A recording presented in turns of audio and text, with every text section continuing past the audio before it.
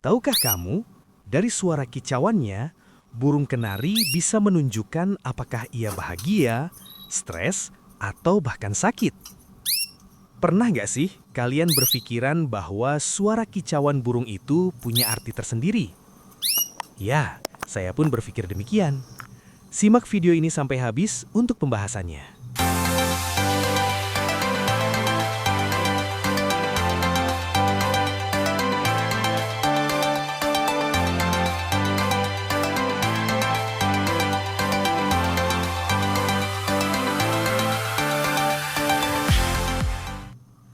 Seperti halnya manusia, hewan pun punya cara tersendiri untuk berkomunikasi dengan sesamanya. Buat penghobi burung, kemampuan memahami kicauan burung seperti hal yang mustahil ada.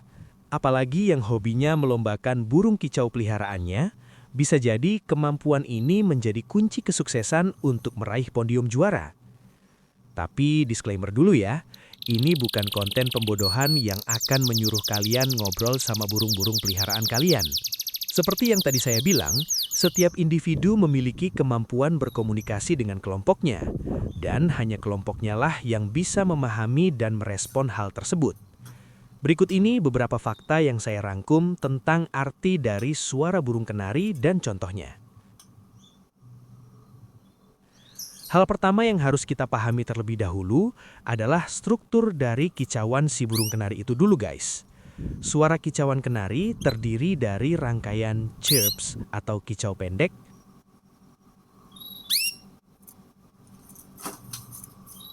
trills atau getaran nada cepat, dan whistle atau peluit nada tinggi.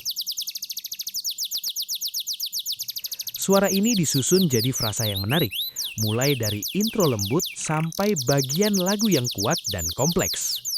Ya, suara kicauan burung kenari memang bervariasi, dari yang speed lambat sampai yang rapat dan cenderung lebih cepat.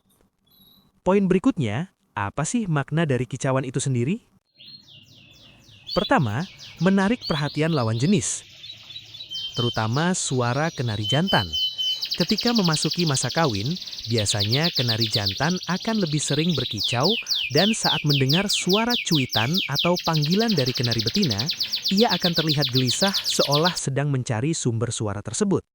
Selain itu, suara kicauan jadi lebih pendek, bahkan terkadang hanya mengeluarkan bunyi cuitan atau cicit-cit. Inilah yang perlu diperhatikan oleh penghobi kenari lomba, karena kondisi birahi si jantan akan mempengaruhi performanya saat dilombakan. Untuk kenari betina sendiri, juga memiliki panggilan khusus untuk menarik perhatian si jantan. Oleh sebab itu, sebaiknya keduanya dipisahkan agak jauh, sehingga tidak saling mendengar apabila sedang tidak dikawinkan. Kedua, menandai wilayah. Suara panjang sering untuk memperlihatkan teritori. Hal ini biasanya muncul saat burung kenari jantan mendengar suara atau melihat burung kenari yang lainnya. Inilah yang biasa pemain kenari bilang naluri fighter. Pada bagian inilah yang menjadi fokus pemilik kenari lomba. Kemampuan burung kenari dalam membawakan suara yang panjang dan lantang dengan variasi lagu yang bagus dan unik tidak hanya dipengaruhi oleh kondisi burung tersebut. Pemasteran dengan suara kenari yang memiliki durasi panjang juga dapat dijadikan fokus dalam mencetak burung kenari berkualitas lomba. Lantas, apa maksud kicauan burung kenari pada saat dilombakan? Ya, mereka sedang beradu untuk menunjukkan siapa yang lebih superior dan menunjukkan bahwa ini adalah wilayah mereka. Ketiga, ekspresi keadaan emosional.